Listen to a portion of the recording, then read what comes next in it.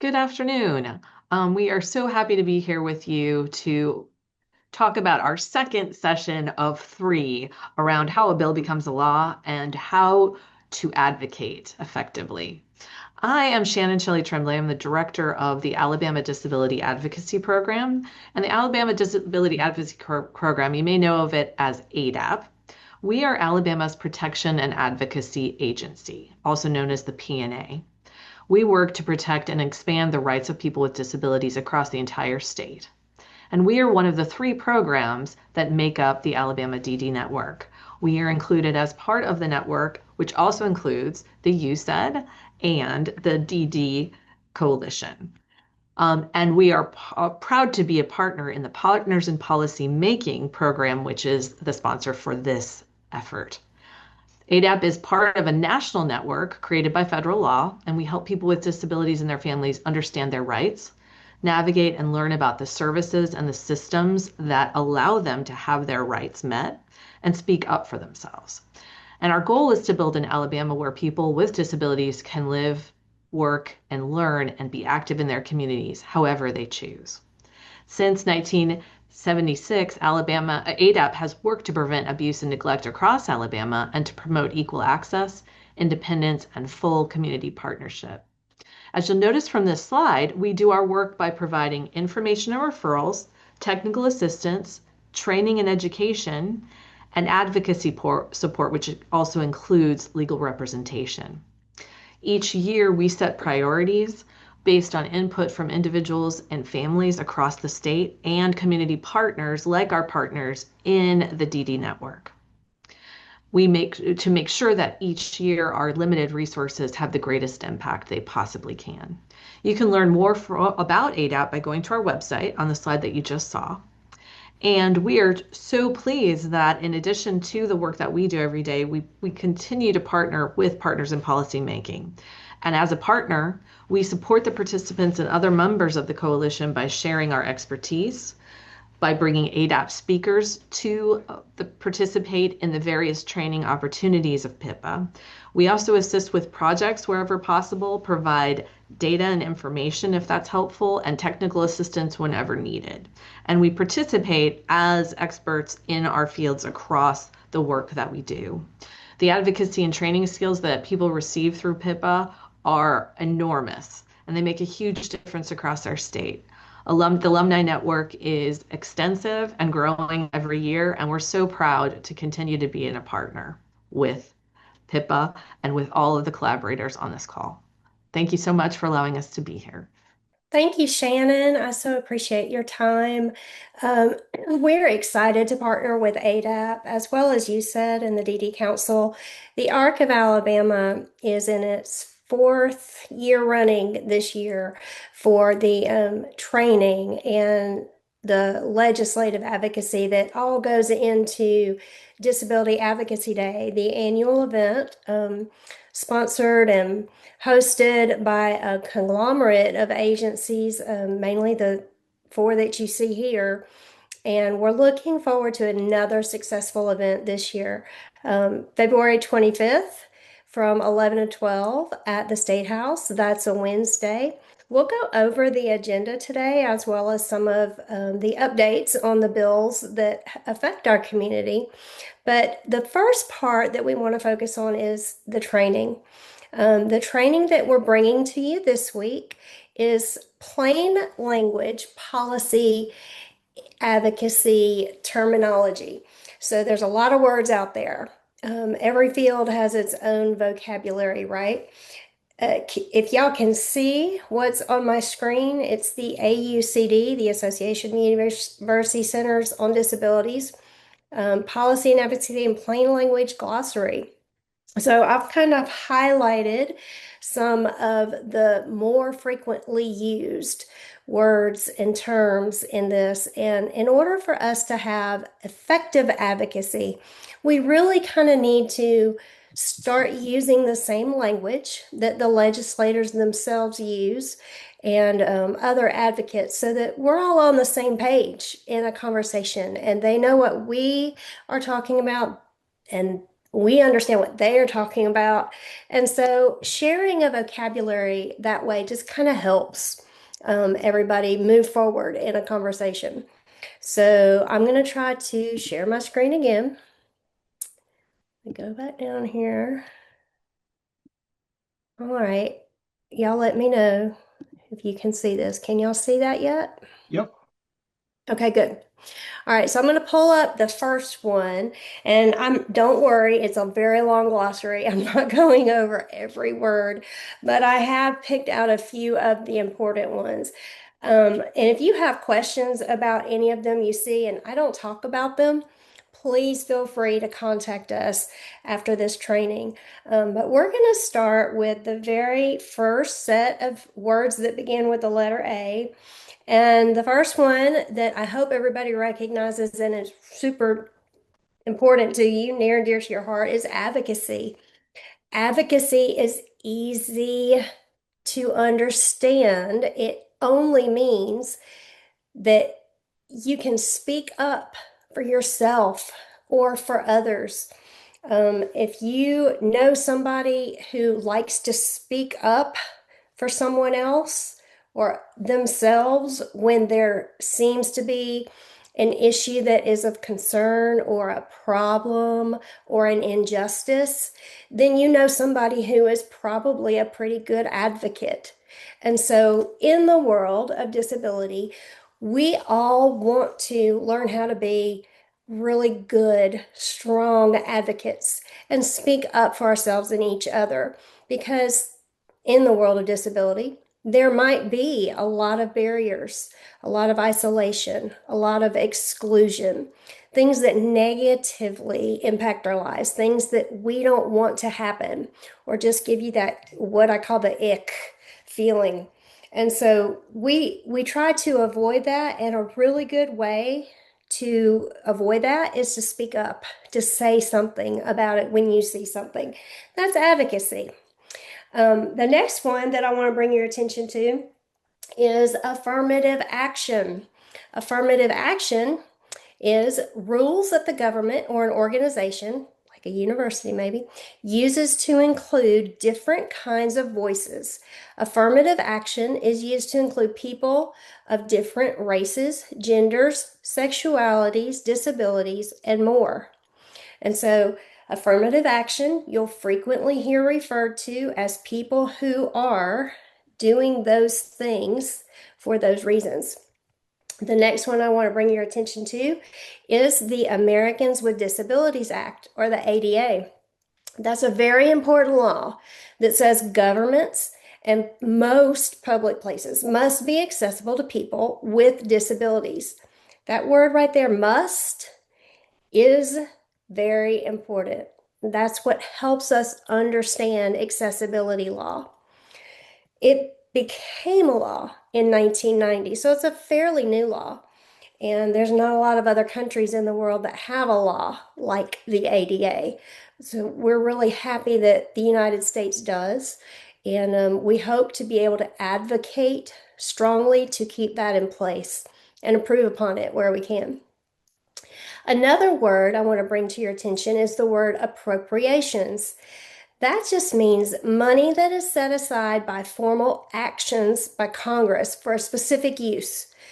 Appropriations happen once a year. Every year, there are committees that are assigned to doing the appropriations, or another word for that is budgeting, right? As it relates to the money that's being spent. So that sums it up for our most frequently used words that start with the letter A. We're going to move to B. And a good word that starts with the letter B that you'll hear pretty often is going to be bipartisan. And that's important because when we are working to build relationships with legislative leaders, we will find it necessary to maintain those relationships in a healthy way. And when people on both sides of the aisle, which means either a Republican or a Democrat, work together on something, that's when you hear the word bipartisan at play. So you'll hear them say something like, this bill is a bipartisan effort. So, for example, the Colby Act was a bipartisan effort. Both Democrats and Republicans worked together to pass the Colby Act. So when you hear something that is partisan, naturally, that means one side is in favor of it, but the other side may not be. So bipartisan is hopefully where a lot of bills that relate to the world of disability and this experience is where they will land. We like to be able to say that disability affects everyone at some point in their lives, regardless of what their political beliefs are. All right, and so let's move to the C, the group of C words that start with the letter C, and the most frequently used ones we'll see there. The first one that you'll see is the caucus, or a group of people belonging to the same political party with similar interests that make recommendations or make decisions on policy. So you'll see Republican caucuses, you'll see Democrat caucuses, you might even see some independent caucuses, but that group of people that belong to that same political party is what's commonly referred to a caucus when they unite their efforts together for the same interest. Another word that starts with the letter C that you'll need to be aware of is chamber. That's just the two different parts of Congress. You've got two chambers. You've got the House of Representatives, or some people just refer to it as the House, and then you've got the Senate. And so when you're talking about one chamber or the other, they may not use the word chamber, but that's just the place where that work happens in the House or in the Senate. All right, and now the next word that we think is really important where we live is community living and competitive integrated employment. When people with disabilities live in the same place as people without disabilities, that's commonly referred to as community living. So when you hear about an inclusive environment, you'll often hear people talking about places to live in the community that are not just for people with disabilities, but they're for anyone and everyone. And so that's community living. Competitive integrated employment, that is full or part-time work at a minimum wage or higher, with wages and benefits like those for people without disabilities doing the same work and fully integrated with coworkers who without disabilities. So competitive integrative employment is a really good way to describe working in the community for competitive pay alongside other people who do not have a disability. All right, let's keep moving on. Congress. One part of the government, Congress, is made up of two smaller parts. The House of Representatives, we call the House, and the Senate. Together, both the House and the Senate will write, debate, and pass laws or rules that the country should follow and approve the budget for the country. So Congress and Chamber are pretty interrelated as they relate to these conversations, but together, both of those chambers make up Congress. All right, so constituents. The people, if you live in an area as a registered voter, you are a constituent. The people who live in the area called a district, usually one or more zip codes, or the state that an elected official represents. People in Pennsylvania are Senator McCormick's and Senator Fetterman's constituents. People in Pennsylvania's first district are Representative Fitzpatrick constituents. So for us in Alabama, we are constituents of Senator Katie Britt, as well as Senator Tommy Tuberville. But where you live in Alabama is laid out in a district map according to your county and that area in your county. So you are constituents of those senators and representatives on the state level. All right. So we're going to keep moving along. We will get through this. It's a lot of fun when you go into a conversation knowing what you're talking about. And it's a lot easier. So the words that start with letter D, the words that start with letter D are going to be the first one that pops out at you that's most frequently used is democracy. That is a system of government where people have the power to choose leaders who will represent them and make decisions. That's what makes it a democracy. All right. And the other one that becomes really important to us for what we do is disability justice. That's a movement or a way of thinking that focuses on fairness, rights, and equality for people with disabilities. So when you hear about disability justice, you're going to be thinking about those things. Is this fair? Is this right? Does this represent equality for people with disabilities? All right. So the next word that we hear a lot about in the conversations we have with legislative leaders is going to start with E for engagement.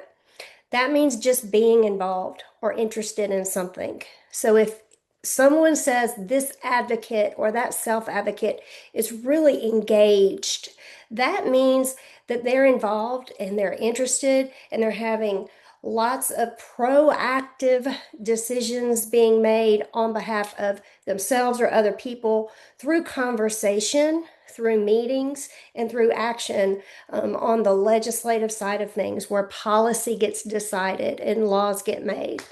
That is engagement. Hopefully, everybody is constantly looking for ways to boost or improve upon their engagement. All right, another word that starts with the letter E that you'll need to understand when you're talking to a legislative official is executive branch. That's the part of the government that makes sure laws are followed and runs the day-to-day work of the country. The leader of this branch is the president. That's on the federal side. But there are three branches to that government: executive, legislative, and judicial. So the executive part of the government makes the laws and they are followed, make sure they are followed, and they run the day-to-day work of the country. All right, moving on, we're going to talk about this fun word that's called filibuster. That starts with the letter F. Filibuster is the attempt to stop or slow down a vote in the Senate by talking about it for a really long time without stopping, trying to change rules or anything else in order to delay the vote. It's just a political strategy, it's a tactic. So when there's something on the floor and it's up for a vote, but you're not ready to vote on it, or you think something needs to be changed, but there wasn't a way to do that previously, then your last resort becomes filibustering. And so you might see legislators get up to the floor and attempt to stop or slow down that vote on purpose by talking about it for a really long time or trying to change some kind of rules around it or anything else they can do to delay that vote. Then the next one I want everybody to draw their attention to is the free and appropriate public education. Sometimes you'll hear people say FAPE, and that's an abbreviation for free and appropriate public education. The legal right that students with disabilities have under U.S. special education law. There are four parts to FAPE. Students with disabilities have the right to education that is at no cost to one's family. Education needs to meet the student's needs. This needs to be given within the public school system. Education opportunities have to help the students learn their best. And so there's a lot of work that can go into providing a free and appropriate public education. But that is an entitlement. That is something, as a U.S. citizen, students with disabilities are entitled to under the U.S. special education law. So keep that in mind. The way ADAP likes to say that is that a free and appropriate public education is a right, not a favor. All right. The next part of it is G for gender. I'm sorry, governance. If you'll look at that, governance is how things in government are run and controlled. That just means how they do their work, how they run things. All right. The government shutdown, that's happening in a way right now. So when the government has not passed the needed spending bills and federal agencies shut down while Congress has to decide how to spend that money moving forward, you're looking at something that people refer to as a government shutdown. It doesn't necessarily mean that the government stops working altogether. It just means that the federal agencies that are related to whatever it is happening are not cooperating or communicating enough to pass the spending that goes along with whatever bill is being proposed in that moment. All right, and then another important word that starts with a G is guardian. We understand that the person a court chooses to make choices for someone else is referred to as a guardian. Someone with a developmental or intellectual disability might have a guardian who makes decisions for them. And when that happens, we call that a guardianship. What's important to recognize about the word guardian is that there are lots of other ways to make decisions for yourself or with the help of other people. And we can talk about those other ways. But just always know that a guardian refers to when somebody else is making choices for that person instead of that person themselves. All right, let's go to the H, home and community-based services. That's a big deal right now. HCBS, you'll hear people refer to it that way. When you hear HCBS, they're talking about home and community-based services. Home and community-based services, or HCBS, is a form of long-term services and supports. What that means is the way that people get help is frequently referred to as services and supports. And if they need it for the rest of their life, and the doctors all agree this is going to be a lifelong need, then it gets classified under long-term services and supports. And so home and community-based services is for people with disabilities that get Medicaid, or instead of getting services or supports in an institutional setting like a hospital or a nursing home, home and community-based services is now the rule, or HCBS, saying that those services and supports need to take place in the home or the community.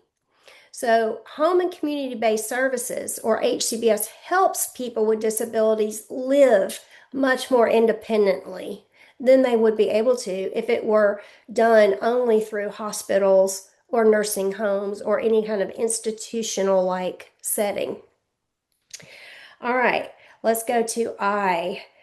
The words that are probably going to come up with your legislators that are frequently, the most frequently used words that are important for us is inclusion. If you'll look at the meaning of inclusion, the opposite of being left out.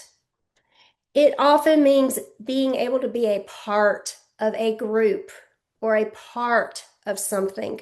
So when people are included on a decision being made, then somebody's going to say, hey, Johnny, what do you think? When people are included in a general education classroom and they need support, They may need an aide or another peer who's willing to provide that support. As long as they are being included in the least restrictive environment, that's what becomes important. Being included in their community, being able to live where they want to live in a neighborhood. Wherever inclusion can happen, it should, because we all know what it feels like to be left out. That's not good. That's not fair. That's not fun. And so exclusion is when somebody's left out. So, in the world that we live in today, it's really important to look for ways to include others. That's inclusion. All right, so the next one is Individuals with Disabilities Education Act. You'll often hear people refer to that as IDEA or IDEA. The Individuals with Disabilities Education Act is a federal law that makes sure students with a disability have education from birth to their high school graduation, and or they can continue that to age 21. So that's a law that provides a way for students with a disability to have a education from birth through high school. So nobody can come around and say, hey, we can't provide this education because you have a disability. That's no longer an issue. And IDEA is what changed that.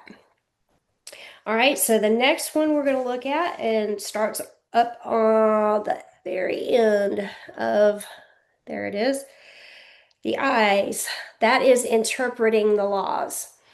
When you have a conversation with a legislative leader, a representative, or a senator, you might get into what they call the weeds of the bill or the interpretation of what different things mean. So, figuring out how laws are supposed to work and be carried out is part of our legislative leaders' job. And as their constituents, the people who voted to elect them, they're supposed to be listening to us with the things that we think, the ideas that we have, the opinions that we share and want to present to them on how best to interpret those laws.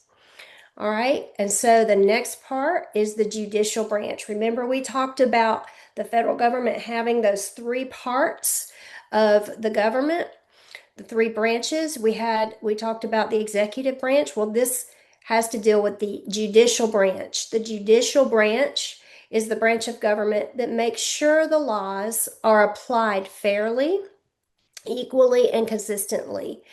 It includes judges and lawyers. So when you're thinking about the judicial branch, you want to be thinking about the courtroom or lawyers who go before a judge and present a case. They are the ones that carry out the laws that are withheld within the judicial branch of something. All right, so the next one.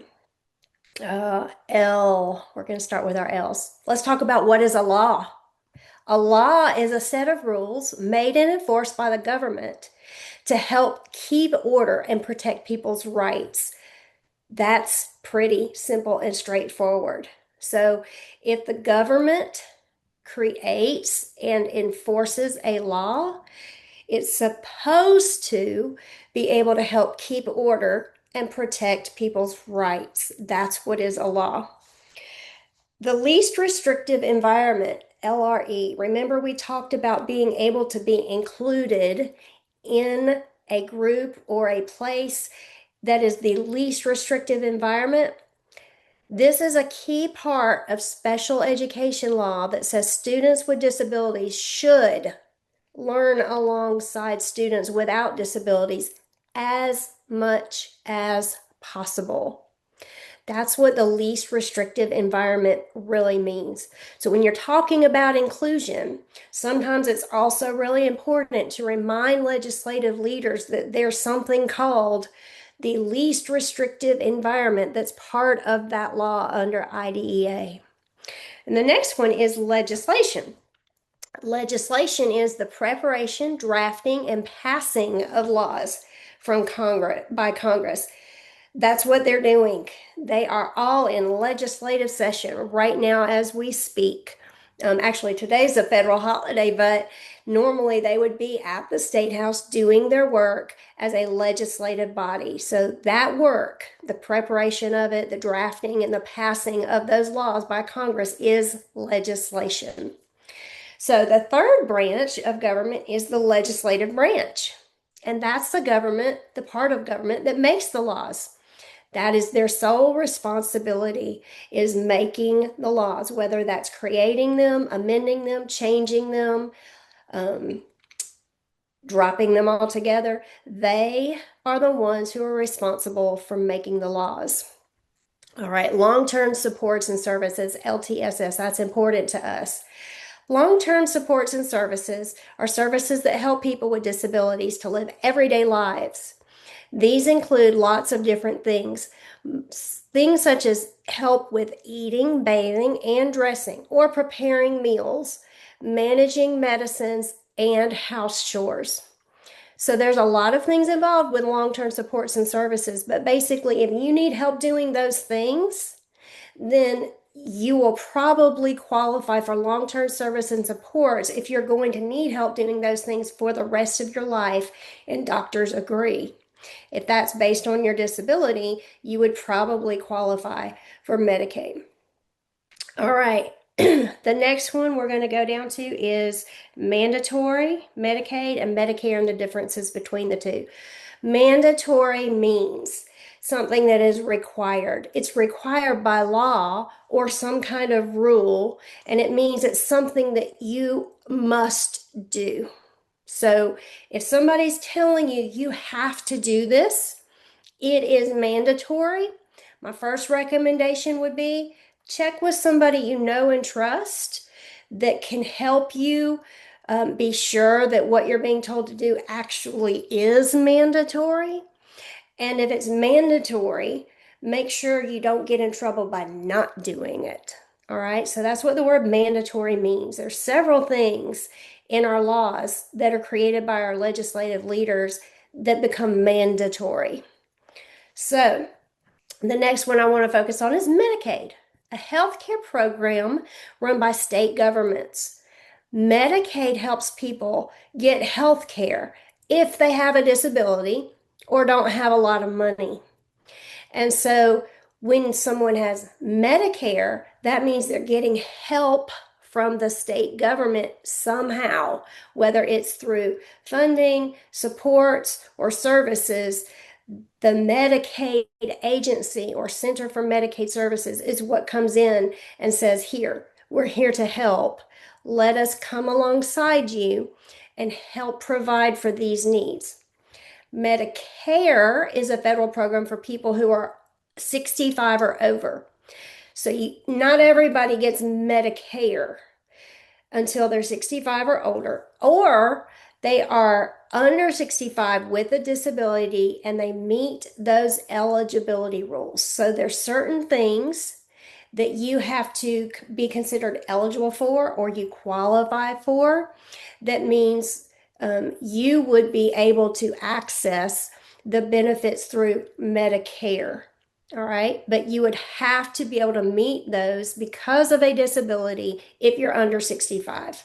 Otherwise, then you're eligible just through your age once you hit 65. All right, and there's lots of different parts to Medicaid. We won't go through all those right now, but we want to keep going so we can get through all this. The O's, let's look at those. The Office of Civil Rights.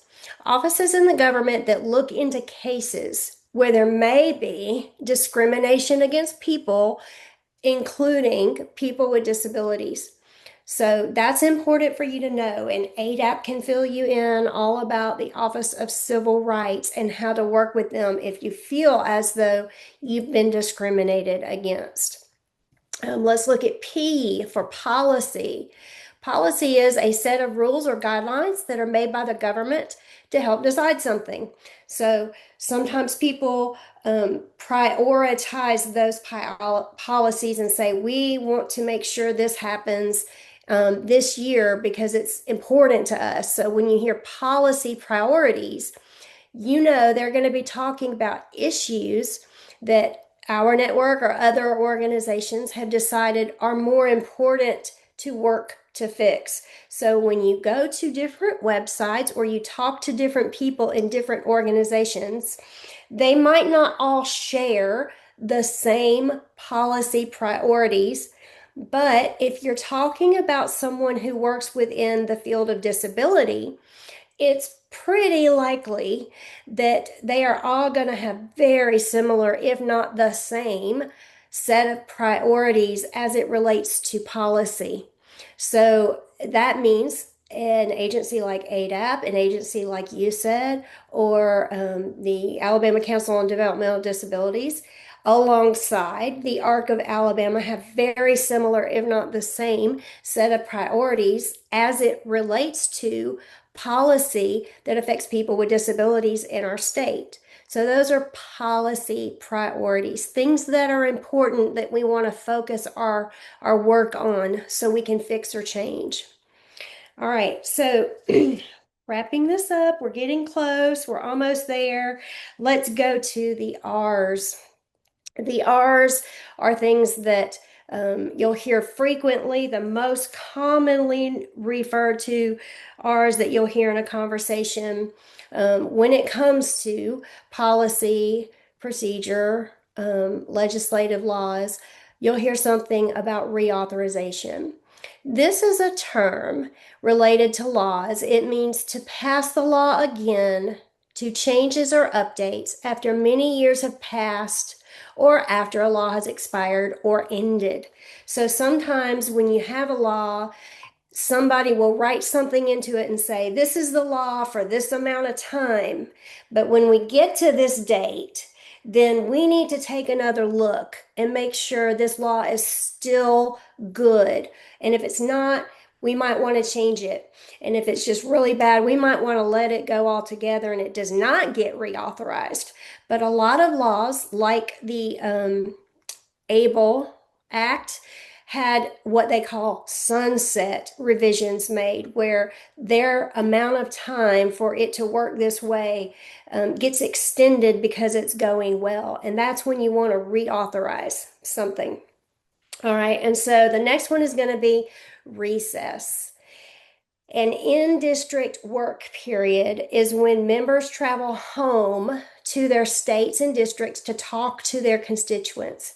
That's important for you to know about as an advocate or a self-advocate, because what a lot of people assume is that when the legislators and the leaders are in session or they're at the state house doing their work, that they can then go in and have a conversation about something that they want to change or create or work to diminish or demolish altogether. And I gotta be honest with you, there's nothing wrong with doing that, but it's not going to be nearly as effective as when you take the time when they are not in session, when they are in recess, to go and talk to them when they are at home in the district where you live and have those conversations, because that gets you ahead of things. That puts you in more of a proactive set of circumstances where you can affect change before the legislative session begins. So always look to do some of your strongest and most active advocacy during that recess period. In Alabama, we are in session right now, and we will be until April. And then everybody's going to go out campaigning. So this coming year, it might be a little harder than other years to get that face time with your legislative leader, but keep trying. Remind them that your vote is important. And if they want your vote, then they need to listen to you. So do that after or in between those legislative sessions when it is recess for them. All right, the next one I want to focus on is it's still in the R's down here with regulation. Regulation is instructions from a federal agency on how a law needs to be enforced. So if something is not working and there already is a law that exists for it, then sometimes a federal agency or even on the state level will come in and say, hey, this isn't going really well. We need to look at some kind of regulation to put into place. That just means there's some kind of oversight or some kind of accountability coming from the top down to create some guardrails or to create some guidance to make sure there's accountability and people are doing what's supposed to be done with that policy or rule or law. All right, let's look at, keep going. Where are we? Here we are.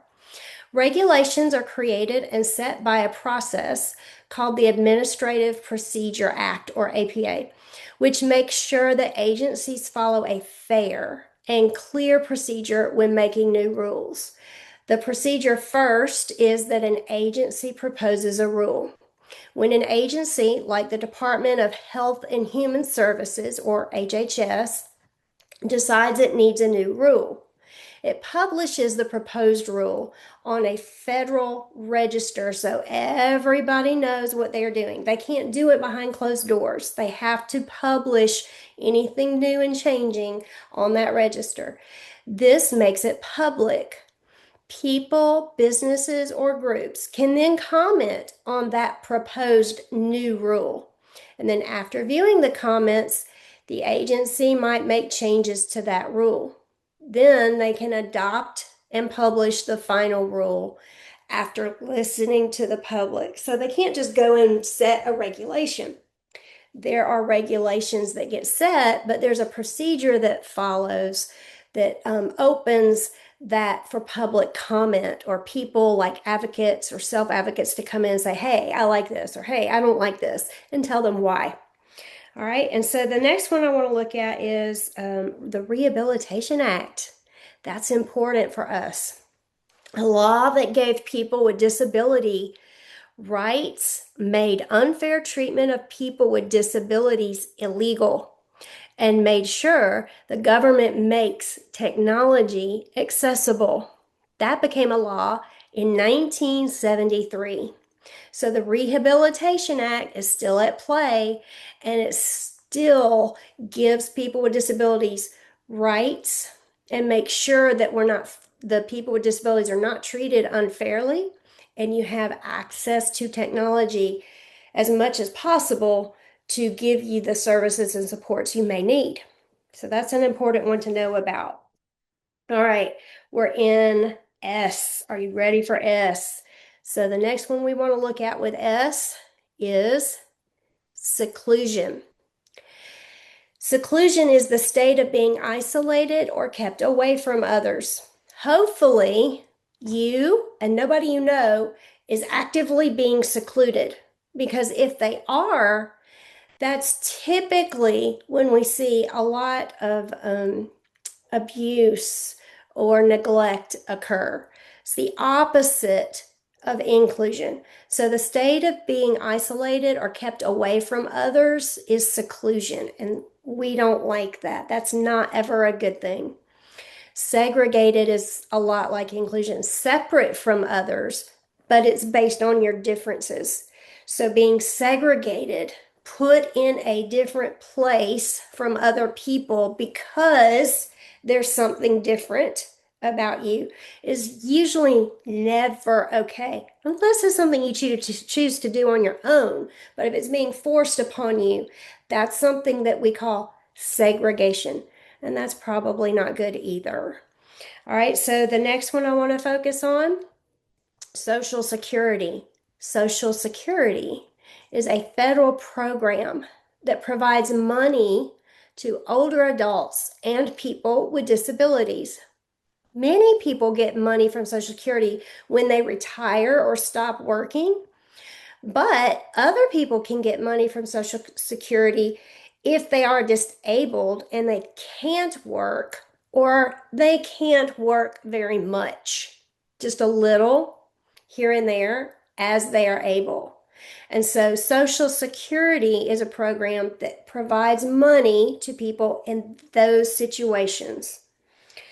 All right, the next one we want to look at, that is going to be sub-minimum wage. That's an important word to know if you're an advocate or a self-advocate trying to speak with a leader about this world of disability. Sub-minimum wage refers to an exception in a law that lets employers pay people with disabilities less money than anyone else because they have a disability.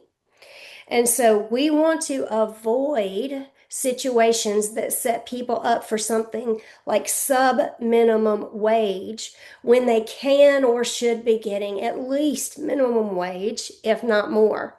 So if you're speaking to somebody and you know about a situation where somebody with a disability is getting paid a sub minimum wage, which is less money than what the minimum wage is, not a lot, just a little, that's something that needs to be addressed. All right, so tax credit, that's a big one. A tax credit is an amount of money that people can save when they file their taxes. Usually they are rewarded, it's a reward from the federal government. There are lots of tax credits out there. A lot of times, those tax credits provide as an incentive or encouragement for other people to do certain things a certain way that benefits people with a disability.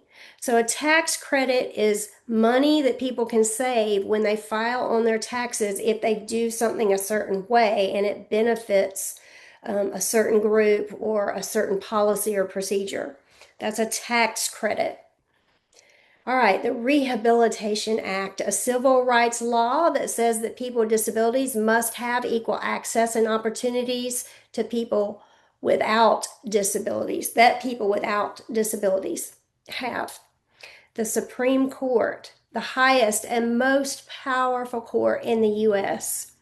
So when you have a case and the judicial branch has done everything they can do to settle that case in lower courts or state led courts and it's just not getting resolved, then that case can keep moving up in the court system all the way to the Mac Daddy, the big one, the Supreme Court. And that's the set of judges who sit at the federal level and make decisions on cases that are brought to them.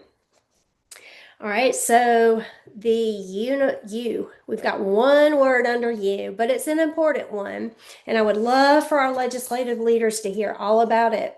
That is universal design. Products or features that are accessible to everyone and benefit everyone. So that word universal means it applies to people with disabilities or people without disabilities, whether that's something in an architectural layout for accessibility, whether that's something online with a website that uses plain language to include, whatever it is, it increases accessibility to everyone and it benefits everyone. So it's not just focused on people with disabilities, but it's just better for us all. That is universal design. Hopefully, we can get our legislators to understand the importance and the value of things that have universal design, especially with technology.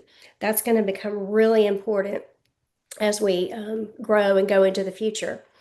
So, veto, the letter V, when the president or the governor refuses to sign a bill and it doesn't pass. So, even though all of these people work on all of these bills really hard for a significant amount of time, ultimately, the president or the government can decide not to pass a bill by not signing it. And when they do that, that's called a veto. All right, so the W, that is waivers. A waiver is a piece of paper that is a note that allows someone to do something differently than what the law says. In Medicaid, it's a special permission form that the federal government lets a state make to change how it runs parts of its Medicaid program. So states will use waivers to offer different supports and services. And those are usually in an effort to help people get care in their homes or communities instead of institutions.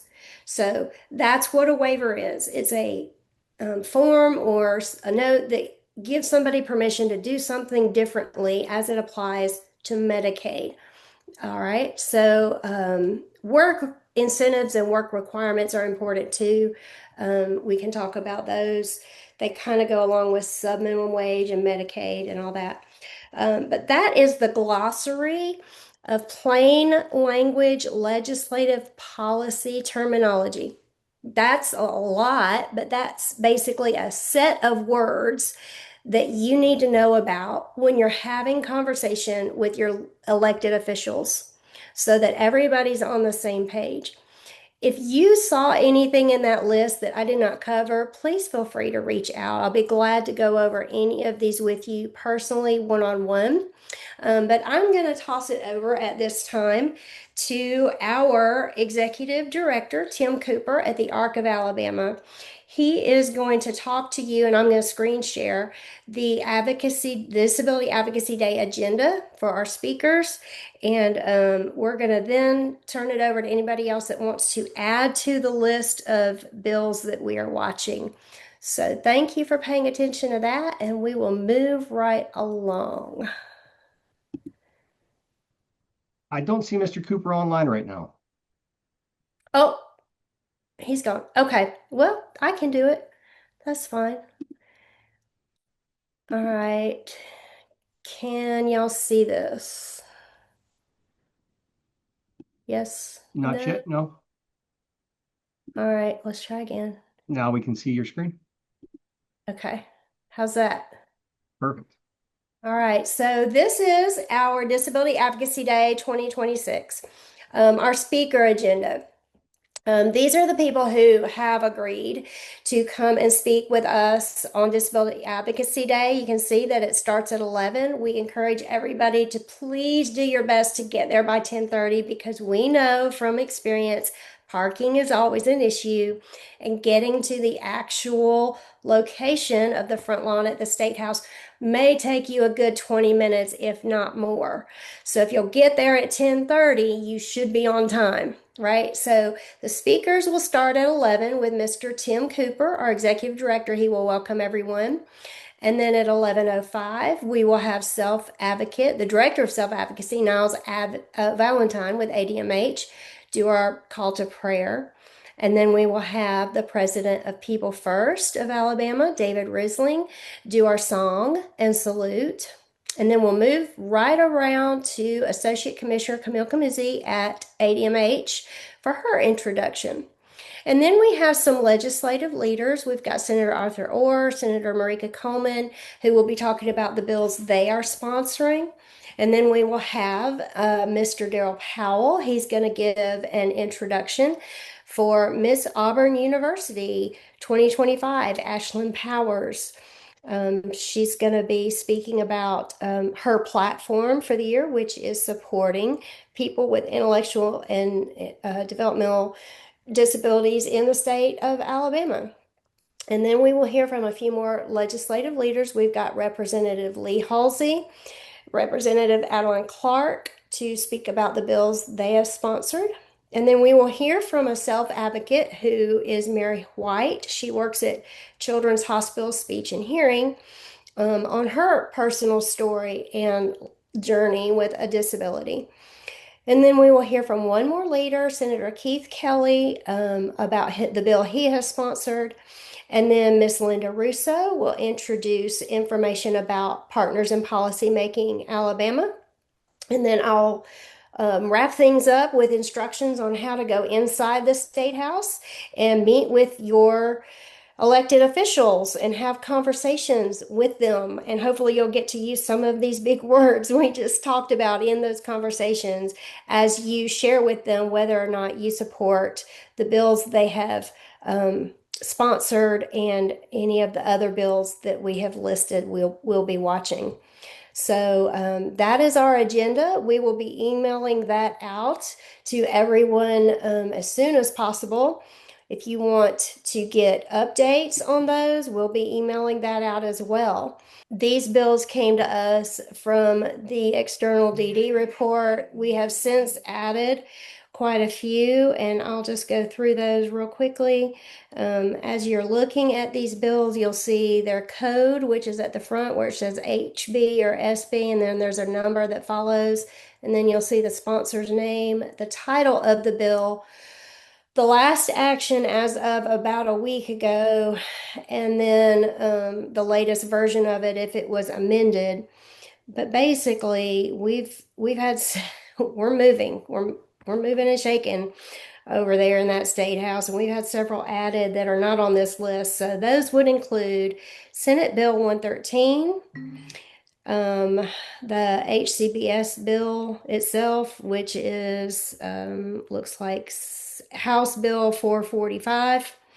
House Bill 7 inserted an amendment we want to watch.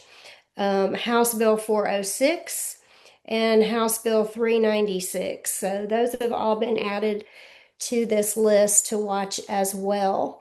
So those are the bills we're keeping an eye on, and we're putting forward to our community to decide whether you support or oppose, and hopefully go in after you've made that decision and let your district leader know about these bills, because each and every one of them affect people who live in Alabama with a disability. That's right. We will have one more training, one more I guess, planning meeting after that training. That's going to be next week on Monday at the same time. That'll be the 23rd, February 23rd from 4 to 5 p.m. Please, please, please join us if you can. If you can't, we'll be putting the training out on YouTube, so you can always catch it that way. Thanks for joining.